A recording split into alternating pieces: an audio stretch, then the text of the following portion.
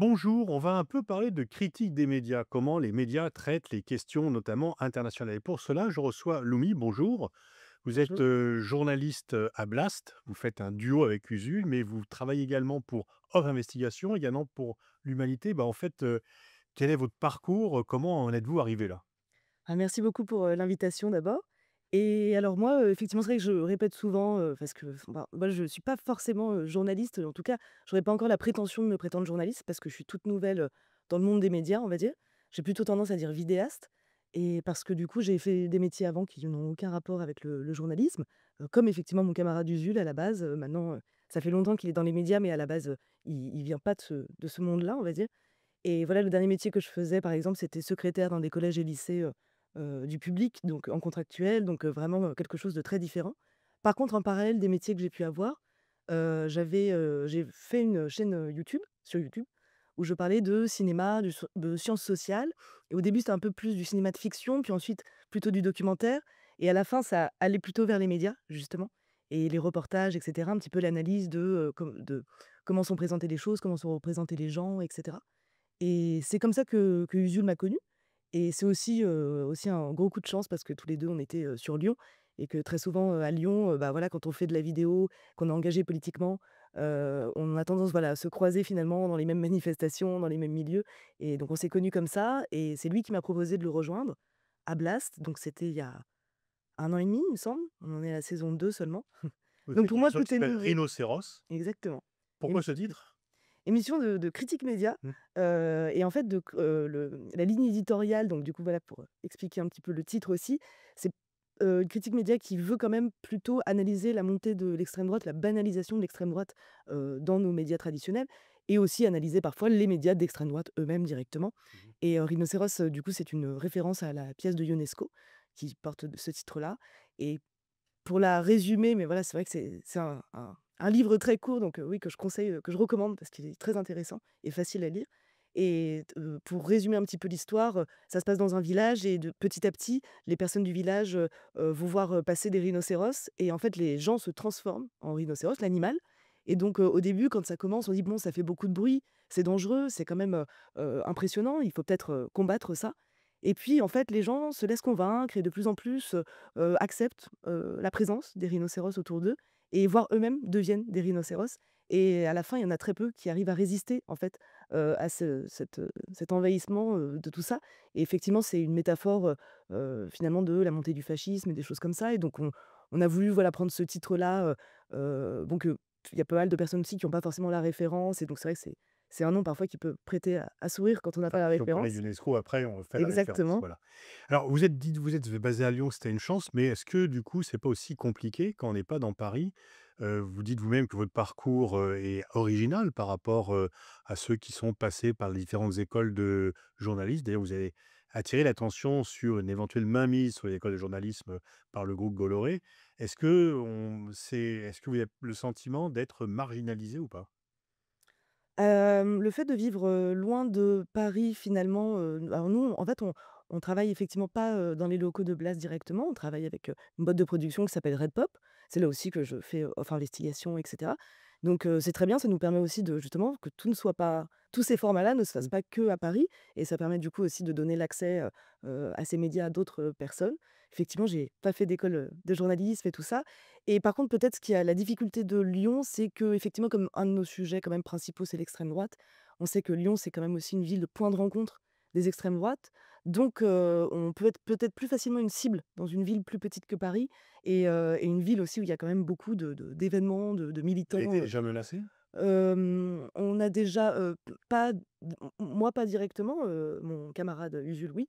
Enfin, vous parlez physiquement, hein, parce que Oui. sur internet tous les jours, mais Ça m'en doute. sur internet tous les jours, mais après, non, dans la rue, ça m'est pas arrivé directement. Par contre, ça m'est déjà arrivé, par exemple, voilà, d'entrer quelque part et de tout de suite sentir, qu'il y a des regards, des messages Mmh. qui s'envoient, des choses comme ça D'hostilité. et de devoir partir, très vite et de changer de quartier, enfin voilà, on a tendance quand même à rester, sur nos gardes un petit peu en permanence dans cette ville. Mais voilà, qui est aussi, une ville, de résistance et d'antifascisme, avec, énormément aussi de camarades et de belles choses, quoi. Quel regard vous portez sur les rédactions? Justement, parce que peut-être que vous avez un regard critique parce que vous n'êtes pas de ce milieu. Mmh. Est-ce qu'on dit souvent que bon, il n'y a pas vraiment de mélange social dans les rédactions, il n'y a pas non plus de mélange ethnique, il y a quand même des gens qui viennent un peu des mêmes milieux et que la diversité de la société n'est pas reflétée dans les médias qui parlent de la société? Totalement. Alors ça, c'est quelque chose en plus qui ce qui est terrible, c'est que ça concerne vraiment tous les médias, même les médias de gauche, même les médias indépendants et c'est très souvent ce que rappelle, l'association AJAR, l'association des journalistes antiracistes et racisés. C'est que c'est vrai que les personnes, mises en avant ou les personnes qui ont, droit à du travail ou l'accès, au travail de journalisme et ou de qui peuvent être dans les rédactions, très souvent, oui, viennent du même milieu social, sont très souvent des personnes blanches et puis, ce qui est intéressant aussi, c'est que, par exemple, par rapport aux sujets, si on prend les sujets des médias mainstream, qui reviennent très, très, très souvent et très souvent de façon assez agressive. Donc, par exemple, sur la transidentité ou, sur, le handicap ou même, par exemple, sur, les femmes qui portent le voile. On remarque que justement, il va très rarement y avoir inviter les personnes concernées et donner de la place aussi, et des postes de journalistes, par exemple, à, une personne trans, une personne enfin, en fait, des personnes qui sont concernées par les sujets dont on parle souvent et que les journalistes qui commandent ça ne connaissent pas, en fait et parfois ne s'y intéressent pas et c'est vrai que ça, c'est un vrai problème et c'est un faudrait Bah, totalement changer ça. aucun média mainstream, ne met en avant des femmes voilées. Il y a aucune femme voilée qui On ne leur donne jamais la parole alors qu'on commente, en fait, bah, leur non liberté. seulement elle, enfin, je veux dire, il y a aucune journaliste qui porte le voile, mais surtout quand tous les débats sur le voile, il y a jamais de femme voilée. Sur la télévision, Oui. oui, non mais totalement. Effectivement, c'est quelque chose en fait, voilà, c'est un sujet sur lesquels elles sont vraiment attaquées sur leurs droits, sur leur liberté. On commente leur vie, on commente leur corps. Enfin, c'est vraiment, voilà, des attaques, vraiment régulières qui reviennent, avec beaucoup de racisme, beaucoup de sexisme et effectivement, c'est on ne les voit jamais, elles n'ont jamais droit à la parole et donc les discours qui sont véhiculés sont très dangereux et il y a de plus en plus d'ailleurs d'agressions. Enfin, c'est voilà, c'est très concret quoi, d'agressions de femmes dans l'espace public, c'est et ça les Qui met sont vraiment en jamais danger. répertoriées, qui sont jamais Pas du comptabilisées. tout, pas du Très tout. souvent, elles ne vont même pas se plaindre en disant: «À quoi bon? Je vais perdre mon temps et je» ça Et il y a personne même pour les défendre sur le plateau. Alors évidemment, mmh. il faudrait les inviter, en plus, il y a énormément, c'est ça qui est terrible, de femmes voilées qui expliquent que, elles n'ont pas accès justement à ces postes, qu'on leur refuse ces postes-là, alors qu'elles ont toutes les compétences et cetera, mais du coup, elles ne peuvent pas, y accéder. Encore moins à la télévision évidemment où voilà, Mmh. pour le coup, c'est quelque chose, d'impossible, qui paraît impossible en fait et c'est complètement anormal, surtout au vu de la place que prend le sujet et aussi de l'acharnement qu'il y a contre la religion musulmane et les musulmans, du pays, où c'est quand même, ça c'est vrai que c'est scandaleux et c'est dangereux, c'est Mmh. aussi très dangereux. Alors comment fonctionne votre, duo avec Usul qui semble bien rodé, bien au point quand on est, spectateur? Comment vous déterminez les sujets? Comment vous partagez le rôle, et le montage des émissions? Alors, au tout début, effectivement, quand même, Usul, m'a beaucoup formée parce que moi, les vidéos que je faisais, donc d'abord, c'était de la voix off, c'était, je ne me montrais pas moi. Donc par exemple, simplement faire un tournage aussi, être sur le plateau et un petit peu jouer, parce qu'on joue aussi, un peu Oui, il y a voilà, des enfin situations, des exactement. conditions, Tout ça, il a dû m'apprendre.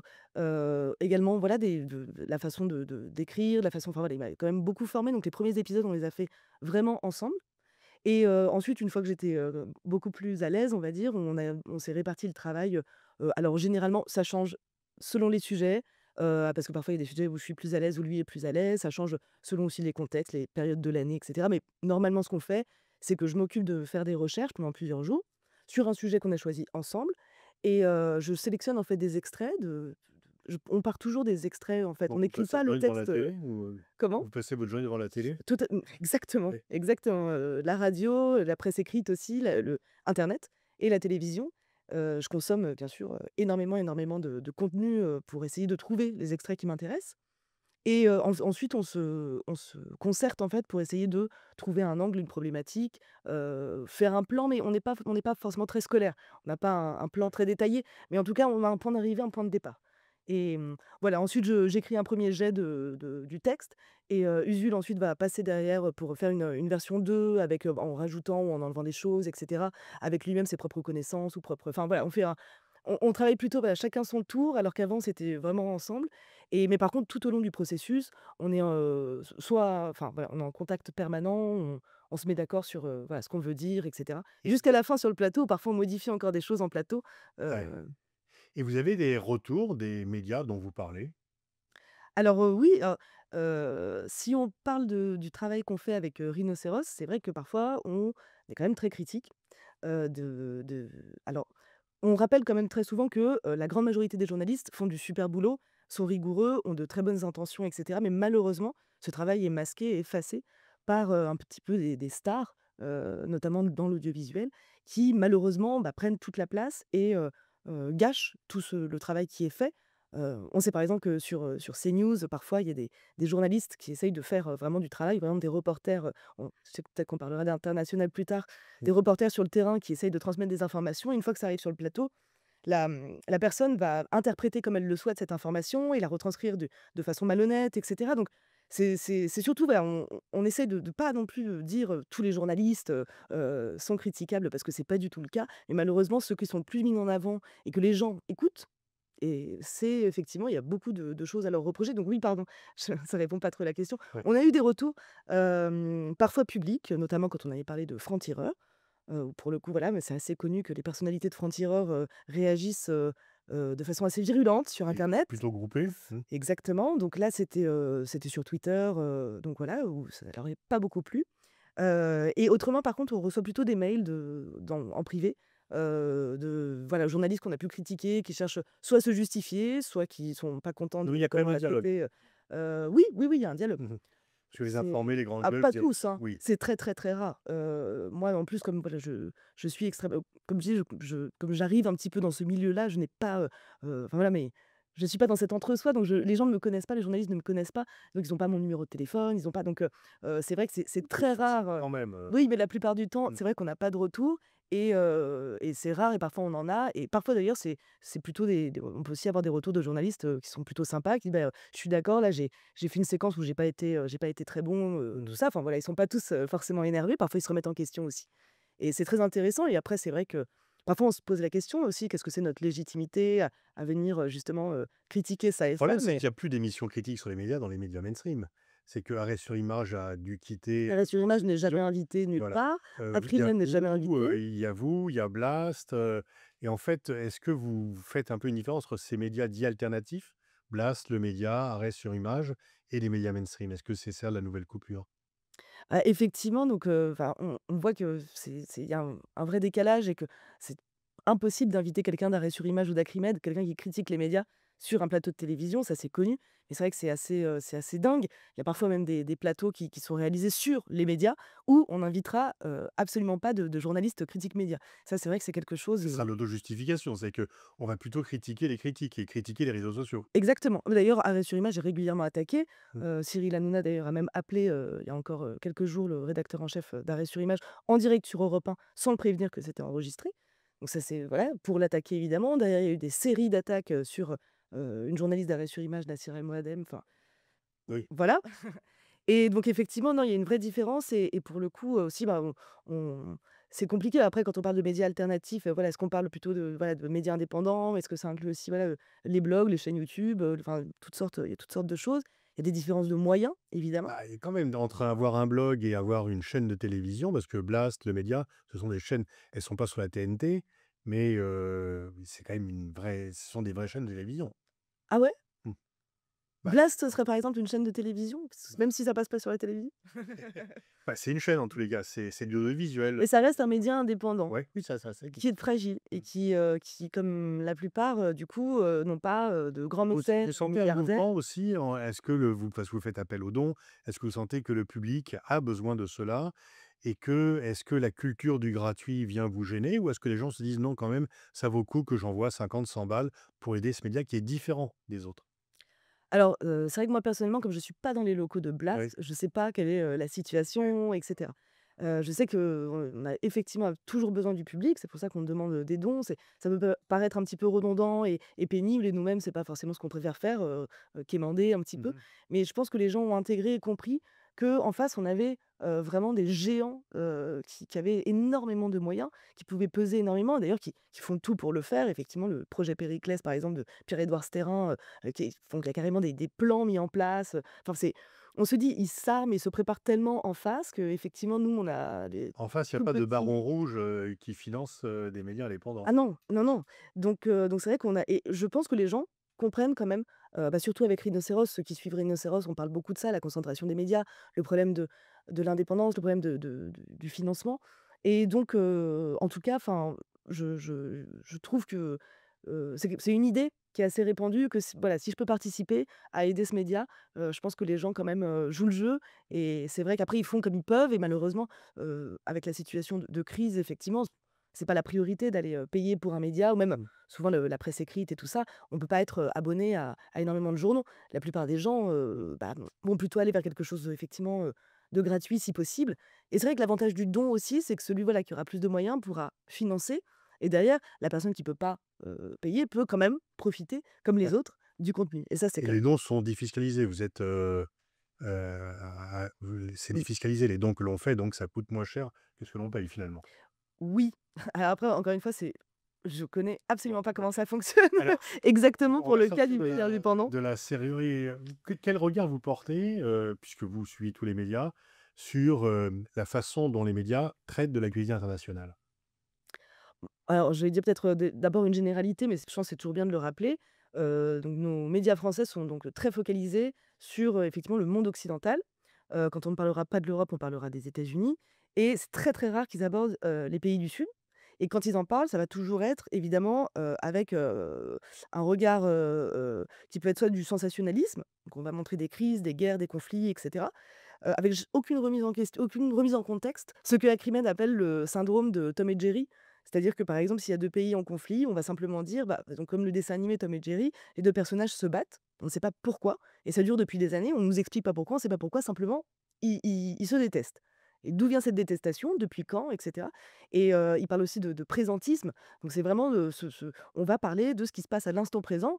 Voilà, il y a une guerre, il y a eu tant de morts et cetera, mais on ne sait pas, il y a pas du tout, on va pas parler d'histoire, on va pas politiser, on va pas prendre ne serait-ce que 5 minutes, juste dans un JT, je sais qu'il y a pas le temps, mais juste 5 minutes pour simplement rappeler un tout petit peu les faits, pourquoi ça se passe comme ça et donc ça, c'est dramatique ce traitement-là et puis aussi un traitement un petit peu, un regard, un peu paternaliste sur les populations, un petit peu dans la lignée de nos politiques aussi, de colonialisme et cetera, où il y a quelque chose, parfois on parle des personnes, des pays du Sud comme des pays un petit peu assujettis, très dépendants justement des grandes puissances et cetera et avec voilà une charge aussi de racisme envers les populations. Enfin, c'est vraiment un traitement qui est toujours, voilà, soit dans le sensationnalisme, soit quelque chose, assez méprisé finalement et il y a une place toute petite en fait de l'international dans si on prend la télévision puisque c'est un petit peu principalement ce dont on parle depuis le début. C'est vrai qu'à la télévision, alors il y a des différences. Arte, ça va être 40 de leur contenu, d'information, ça va être l'international. M6, ça va être 10 et mais autrement, c'est vrai que, globalement, l'information qui va être la plus mise en avant, c'est vraiment, vraiment l'information nationale. Après, il y a le cas, par exemple, de TF1, où il y a le fameux JT du 13h de Jean-Pierre Pernaut. Jean-Pierre Pernaut qui avait dit: «Bah, si vous voulez entendre parler du Soudan, allez, écouter les chaînes, africaines» et donc voilà, qui voulait rester dans le régionalisme, enfin parler de alors après, c'est très bien, hein, l'information locale. Mmh. Mais effectivement, quand il y a un grand JT comme celui de TF1 ou celui de France 2 du coup qui a récupéré par exemple David Pujadas qui venait de TF1, qui aussi a fait baisser les sujets sur, l'international Mmh. à ce moment-là et donc ça prend de moins en moins de enfin ça voilà, ça prend pas la place peut-être que ça devrait, prendre pour que les gens soient correctement informés et qu'ils aient un petit peu conscience des enjeux et de ce qui se passe.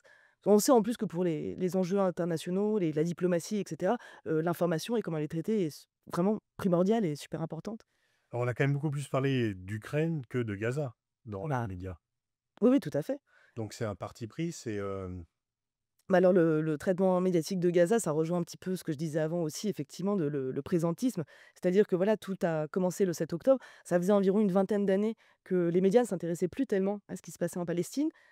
Évidemment, la question de la colonisation n'est pas abordée ou alors quand elle est abordée justement après on va vouloir absolument, étouffer, cette histoire ou alors, traiter les personnes qui dénoncent ça, d'antisémitisme. Bon par contre quand il y a un salut nazi du coup c'est pas, c'est pas forcément de l'antisémitisme, on a mal compris et cetera. Mmh.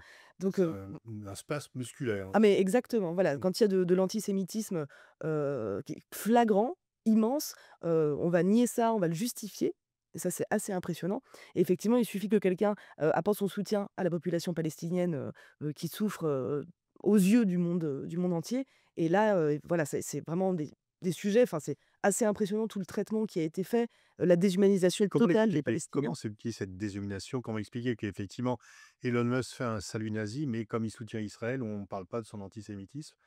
Comment expliquer ce parti pris? En fait, il y a beaucoup de raisons à ça. C'est un petit peu lié aussi donc comme on en parlait un peu avant à la banalisation aussi de l'extrême droite, dans nos médias donc avec, des envies de dépolitisation. C'est Éric Zemmour qui disait: «Je voudrais libérer les Français de la politique» et on veut voilà, parce qu'évidemment des personnes, un petit peu trop politisées, un peu trop informées sur la politique vont s'organiser, vont réfléchir, se syndiquer, se rebeller. Peut-être justement les étudiants par exemple, qui voilà, qui vont sortir dans la rue pour, dénoncer ce qui se passe, justement en Palestine et cetera et donc c'est vrai que les médias ont tout intérêt aussi à, nous désinformer un petit peu et il y a aussi des questions, encore une fois, avec les chaînes en continu de financement aussi, c'est beaucoup moins cher de faire un plateau avec, des personnes qui vont commenter ce qu'ils ne connaissent pas et toujours dans un sens effectivement avec, parfois des propos, hallucinants. On a eu Barbara Lefebvre il y a pas très longtemps qui a dit des horreurs en justifiant le massacre, des civils palestiniens, et je C'est un appel au c'est la beauté crime de guerre. exactement, Mmh. qui a été maintenu à l'antenne, de RMC, alors qu'on sait très bien que Guillaume Meurice, par exemple, pour une blague sur Netanyahou, a été licencié. Donc ça a été enfin, voilà, le c'est assez impressionnant ce qui se passe, et je ne vais pas faire en plus la liste de toutes les horreurs qui ont pu être dites sur les Palestiniens, mais la justification, de massacrer et des femmes et des enfants et voilà, enfin, toute la population. France Info, par exemple, voilà, avait invité un spécialiste, du tourisme pour venir commenter ça, donc la violence est inouïe et France Info qui avait aussi si je dis pas de bêtises, licencié un journaliste qui avait, qui avait écrit un texte en expliquant que les prisonniers palestiniens étaient des Il a pris le mot «otage» pour les vrais palestiniens, exactement et donc où on avait vu aussi la directrice de la communication, de Radio France s'excuser, de France heu, Télévisions, ouais. de France Télévisions, oui pardon, c'est vrai, je mélange un peu, mais c'est vrai qu'on a tellement tous les jours, tous les jours, tous Ouais. les jours, des aberrations du genre. C'est assez impressionnant de voir effectivement donc jusqu'au service public, évidemment sur, les chaînes, de Vincent Bolloré, c'est l'horreur totale dans son journal aussi, enfin, dans tout ça. Le niveau de racisme et puis de justification effectivement de, cette colonisation, voire, de ce génocide. Je pense que c'est du jamais vu et aussi ce qui est impressionnant, c'est que maintenant les gens ont accès aux images et donc les gens peuvent voir, sur leur téléphone. Alors après évidemment, hein, tout le monde n'a pas forcément, ne va pas forcément le voir, mais quand même c'est assez difficile d'y échapper, bah, ce qui se passe réellement et il y a aussi des images très marquantes de soldats israéliens, qui posent par exemple avec des sous-vêtements de femmes, avec des jouets d'enfants et cetera et ce genre d'image qu'on ne verra jamais à la télévision, qu'on ne va pas commenter, qu'on ne va pas, qu'on et même qu'on pourrait justifier en fait, au point où on en est. Ils seraient capables de montrer ça et de le justifier. Comme, Vous avez l'impression qu'il y a une coupure entre la jeunesse et les médias mainstream? ça c'est une bonne question, mais c'est assez compliqué. C'est vrai que la jeunesse est toujours un petit peu large et on sait que voilà, il y a différentes, Beaucoup de médias mainstream s'inquiètent, du fait que leur par exemple, la presse écrite, que les lecteurs sont plutôt âgés et qu'ils ne sont pas remplacés. Est-ce que les jeunes, de plus en plus, regardent plutôt les réseaux sociaux que les télévisions? Est-ce que vous sentez-vous qu'être de cette génération? Comment vous sentez ça? alors c'est vrai que, je voudrais pas, faire un commentaire parce que j'ai pas forcément de sources fiables pour, ce que je Ouais. vais dire, mais j il est assez connu que, par exemple, oui, le JT est encore très suivi. Ça, faut pas le sous-estimer. C'est encore, une vraie, source d'information très, très forte et qui a de l'influence. Donc on a tendance à dire effectivement que plus personne le regarde. Ça a quand même encore, beaucoup d'importance dans les foyers. Après effectivement, ça va plutôt être, les plus anciennes générations qui vont s'informer par ce biais et oui, la jeunesse, va regarder plutôt, s'informer plutôt sur internet et puis aussi ils sont un petit peu, fatigués, ils sont un peu épuisés. En fait, c'est pas tellement qu'il y a ils sont épuisés pas forcément par le fait qu'il y ait trop d'informations, qu'il y ait une surinformation, mais plutôt parce que c'est toujours les mêmes informations et ils sont fatigués aussi. Alors ça, je sais pas si c'est spécifique à la jeunesse, mais en tout cas, il y avait une enquête, donc ça au moins c'est sourcé ce que je dis, une enquête sur l'exode, informationnel qui expliquait en fait que les Français en n'en pouvaient plus. D'abord parce que, ce dont on parlait ne les concernait pas souvent, alors surtout les classes populaires. Déjà au niveau politique, pour les retraites, on les a pas écoutés. Quand ils ont voté pour le nouveau Front populaire, on les a pas écoutés, donc ils se détournent de tout ça. Et dans les médias, c'est pareil. En fait, on ne parle pas des sujets qui les concernent eux, qui les intéressent eux, dont ils ont besoin d'entendre parler. Par exemple, c'était Lacroix aussi qui expliquait que, on avait passé beaucoup de que les gens considéraient qu'on avait passé beaucoup trop de temps sur, la mort d'Élisabeth II. Et vraiment, ça avait été effectivement dans les chaînes en continu des heures et des heures de commentaires, de commentaires, de commentaires, comme il y a eu des heures de commentaires pour qui sera des pronostics, le prochain premier ministre. Ces derniers mois, les gens mais n'en peuvent plus. Et moi aussi, hein, c'est vraiment, avec vraiment des plateaux où juste on commente qui ça pourrait être, c'est même pas une information. C'est on sait pas où on va avec ça. Et les gens, au contraire, par exemple, quand on leur demandait de quoi vous auriez voulu qu'on parle, ils avaient cité des sujets très difficiles, voire, aussi des sujets, à l'international, comme par exemple les protestations en Iran. Et l'autre exemple que j'avais en tête, c'était les abus sexuels commis par l'Église. Donc c'est des sujets qui sont, quand même exigeants, on va dire. Et ça, c'est ce que les gens réclament. Et la télévision a tendance à se dire, les gens, sont un peu cons et on va pas leur donner ça, on va plutôt leur donner, des choses, des faits divers, des choses plus accessibles. Mais les personnes sont en demande, en fait, de savoir ce qui se passe dans le monde et sont en demande de En parler de choses fait, plus il profondes. y a la désinformation, mais il y a surtout la non-information. On évite de traiter certains sujets.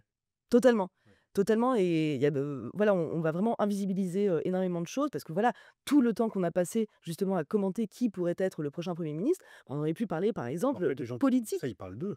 Ah mais totalement, Ils parlent totalement. d'eux-mêmes, les Et ils se font journalistes. plaisir, voilà. Ils parlent entre eux, de leur sujet. C'est comme Leurs s'ils étaient à table anecdotes ensemble, voilà, c'est leur vie, quoi. Leurs anecdotes, les bruits de couloir, ce qu'ils ont entendu dans un dîner et puis les petites choses qui n'intéressent absolument personne. François Bayrou adore Henri IV, il adore les chevaux, il enfin, c'est quelque chose et ça aussi c'est, quelque chose qui dégoûte un petit peu les gens, c'est aussi la pipolisation de la vie politique.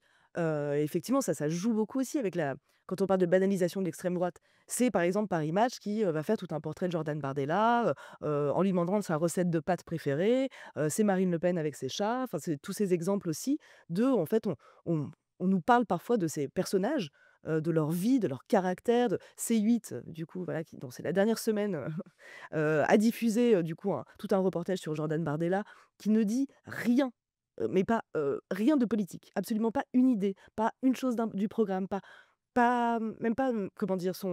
Quel est son projet peut-être? C'était vraiment juste de la communication. Il mange des bonbons avant de rentrer sur un plateau télé, que des choses comme ça, quoi. Et donc ça, Ça, c'est effectivement, les gens n'en peuvent plus et c'est bien compréhensible. Et effectivement, comme vous dites, c'est des journalistes aussi se font parfois plaisir là-dessus. Voilà, c'est va être le commentaire, l'anecdote, voilà: «Moi je sais ça, moi j'ai entendu ça, je pense que» et à la fin, en fait, ça n'intéresse qu'eux.